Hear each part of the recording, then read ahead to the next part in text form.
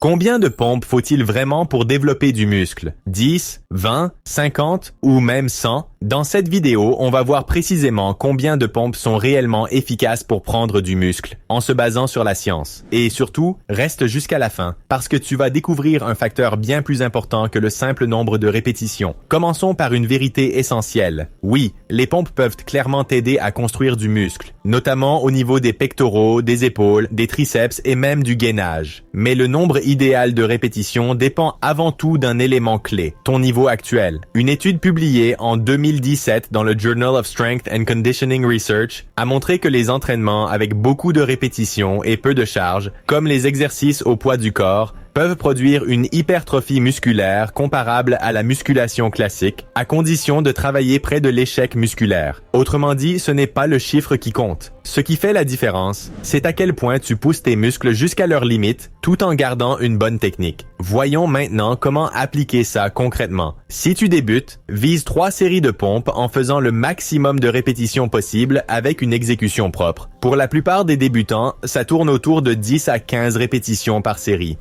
Prends 1 à 2 minutes de repos et concentre-toi sur le contrôle du mouvement et la régularité. Si tu as un niveau intermédiaire et que tu peux déjà enchaîner plus de 20 pompes sans difficulté, passe à 3 ou 4 séries de 15 à 30 répétitions. L'objectif est de t'arrêter à environ 1 ou 2 répétitions de l'échec. Tu peux aussi augmenter la difficulté avec des variantes comme les pompes diamants ou des descentes très lentes. Si tu es avancé, faire 50 pompes n'est probablement plus un défi. Dans ce cas, oublie le volume et augmente l'intensité. Tempo lent, pieds surélevés, bandes élastiques ou même des pompes explosives comme les pompes claquées. Dans tous les cas, la science est claire. La croissance musculaire se produit quand les muscles sont poussés proches de leurs limites, pas quand on cherche juste à atteindre un nombre au hasard. Alors, combien de pompes faut-il faire? Autant que nécessaire pour s'approcher de l'échec, généralement entre 8 et 30 répétitions par série selon ton niveau. Fais-le avec une bonne technique, progresse dans le temps et tu développeras du muscle. Conseil bonus, associe les pompes à un apport suffisant en protéines, un bon sommeil et une surcharge progressive. Plus de répétitions, plus de séries ou des variantes plus difficiles chaque semaine. C'est comme ça que les vrais résultats arrivent. C'est tout pour aujourd'hui. Si cette vidéo t'a aidé, laisse un like, écris en commentaire ton record de pompe